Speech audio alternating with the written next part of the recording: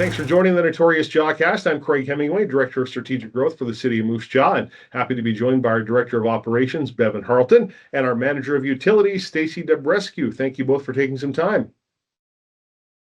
Thanks, Craig. Thanks.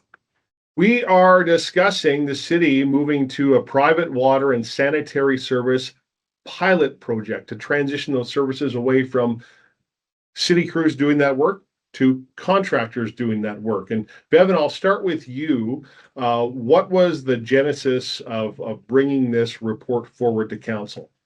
Yeah, thanks, Craig. So the genesis of this, what was going on is from about 2020 until now, we finally started seeing our water main breaks decline. And briefly in 2015, at the direction of council, administration started the cast iron water main replacement program. We now call it the infrastructure renewal program. And around 2020, we started seeing the benefits of reduced breaks. And then when we looked at the year over year breaks declining, what we were seeing is a comparable increase in private side service digs.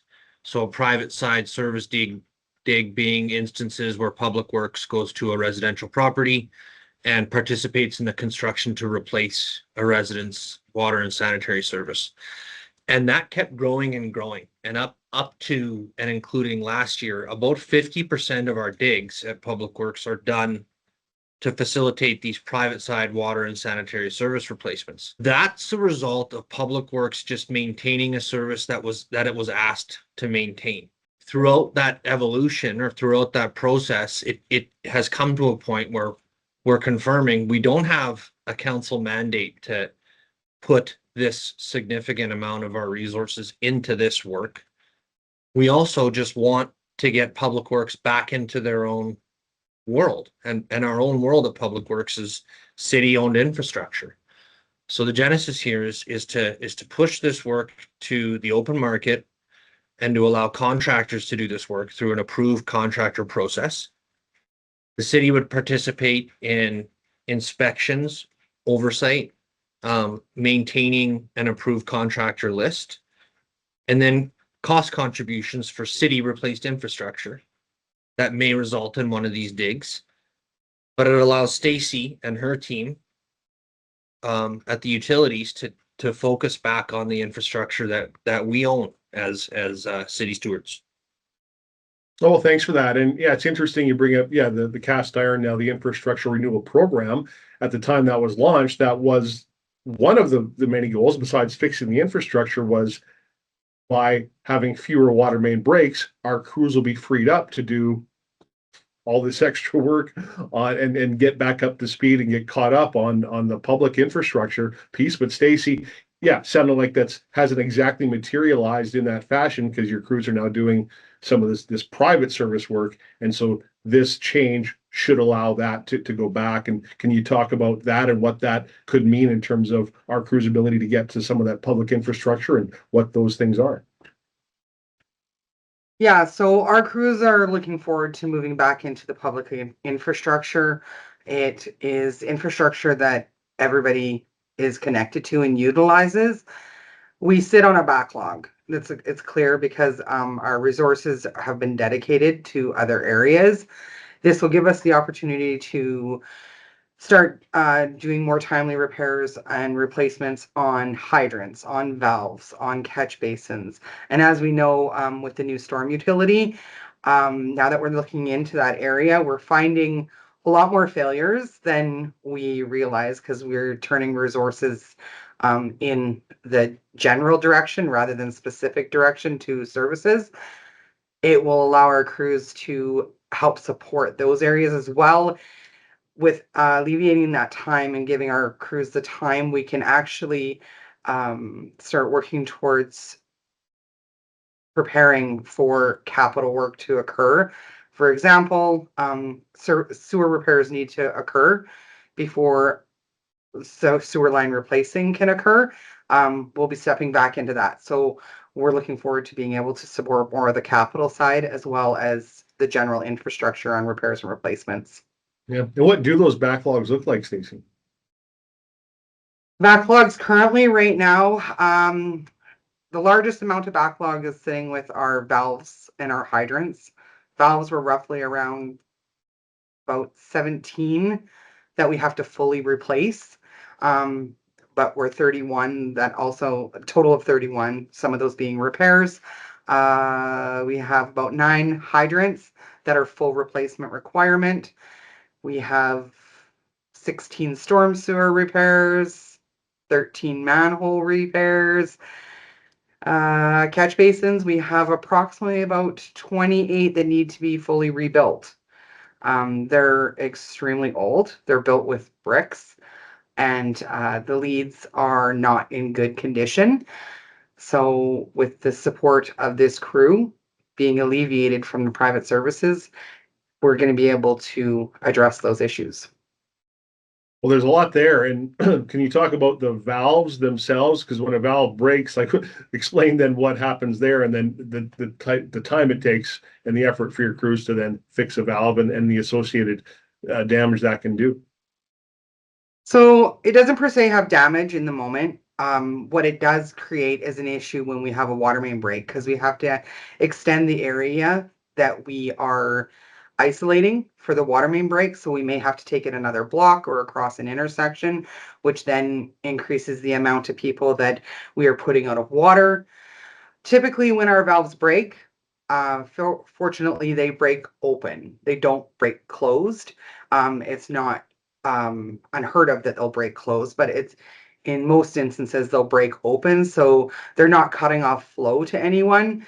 But that does create an issue for us, because then when we go to shut down, we can't close it and we have to extend it further. It takes approximately about a day for a standard valve. And when I say standard, that's typically a 6 or an 8-inch valve to be replaced, and it takes an entire day.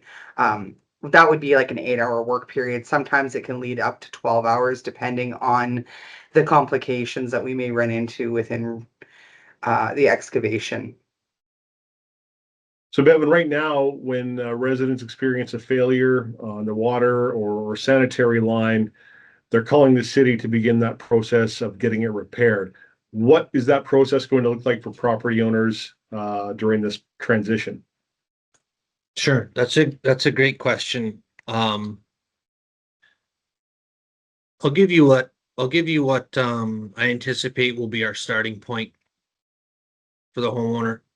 Your starting point will be the same. You'll be calling operations. You'll have a hopefully not some imminent need, but very likely some imminent need to get your sanitary service camera, or you feel like you've got a need to replace it. And there's also times where through a sale or for whatever reason you want to replace your service line. But regardless, your first call will be to operations. Now, at that time, you would be provided with the list of approved contractors that the city's vetted and worked with and has licensed for this type of work. You will then have the choice to contact whichever contractor you wish. People may explore the option of getting quotes from a few of them.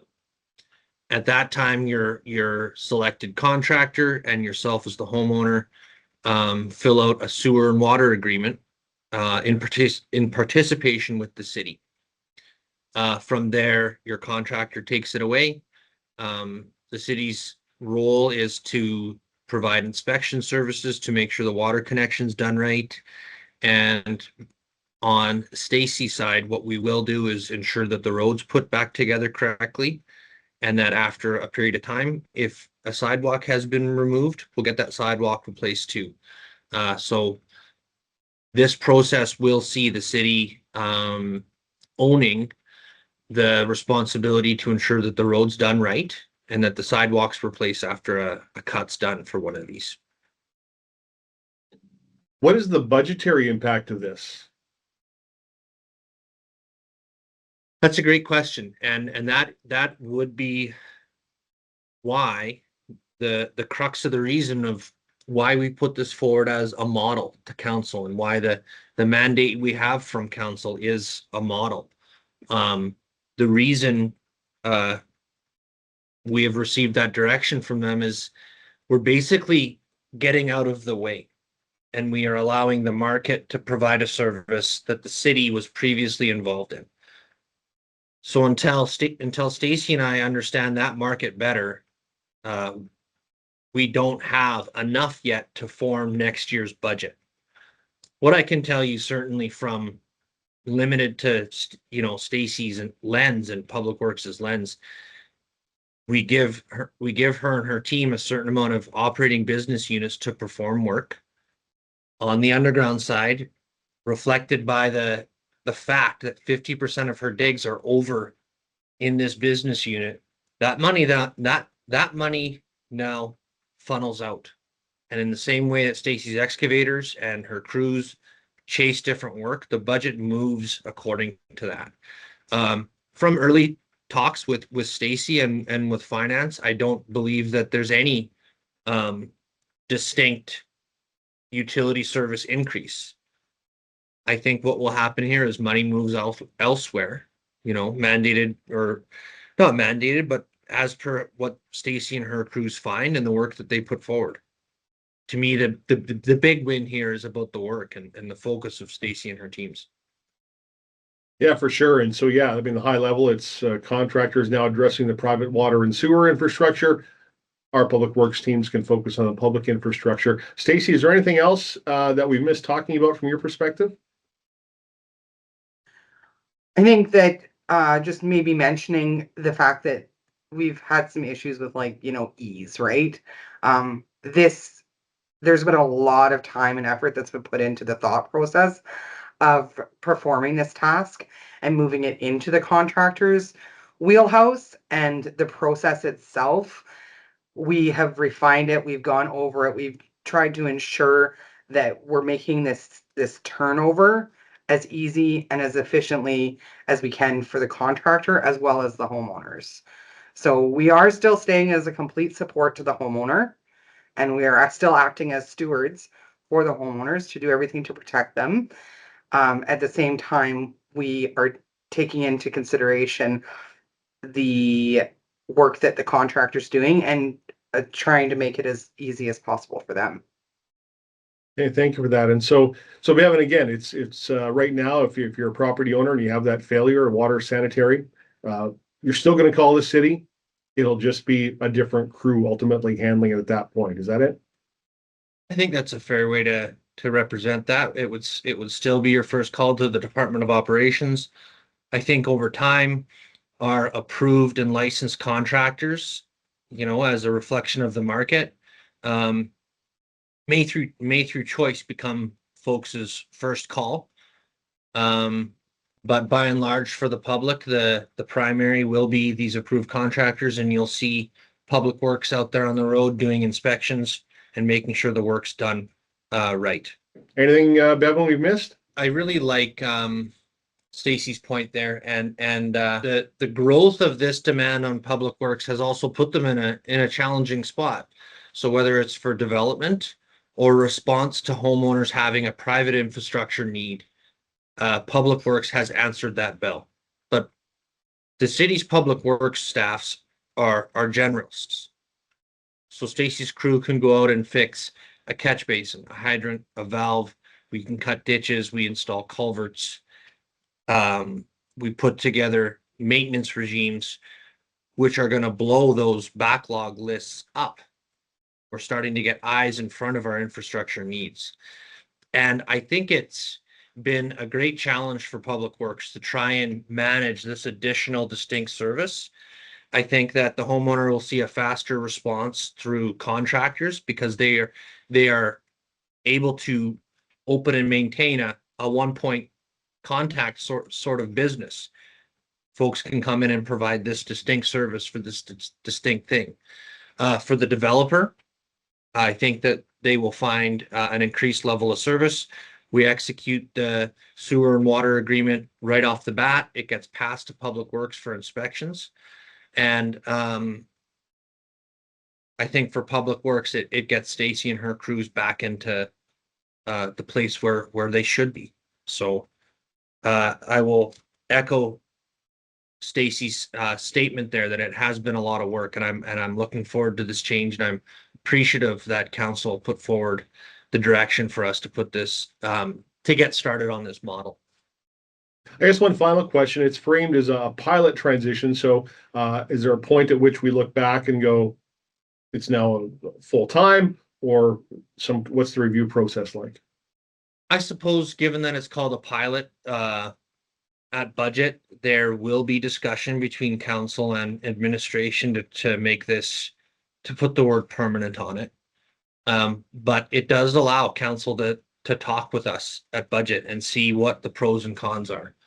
The other thing about that is Stacy gets a chance now to put together an informed budget with 6-7 months of this model, as opposed to doing this at budget, council asking administration, what do you think is going to happen next? How should you be budgeting this? And Stacy can't represent the market. And that's been a part of this challenge. It's not about getting Public Works out of the way. It's about making sure the homeowner's in a good spot while we move on to other work. So the model, the other reason why it'd be called a model is because at budget time, with a little bit of information now in hindsight, we'll be able to better understand what it will look like in the future. I anticipate and I hope that council stays with us and that this does become a full-time thing, but the opportunity to revisit it is there for council. Well, it is the city's private water and sanitary service pilot transition moving forward. And so Director of Operations, Bevan Harleton, and our Manager of Utilities, Stacy Debrescu, thank you both for your time and explaining how this will work for our residents and property owners. And we'll talk to you soon. Thank you, Craig. Thanks.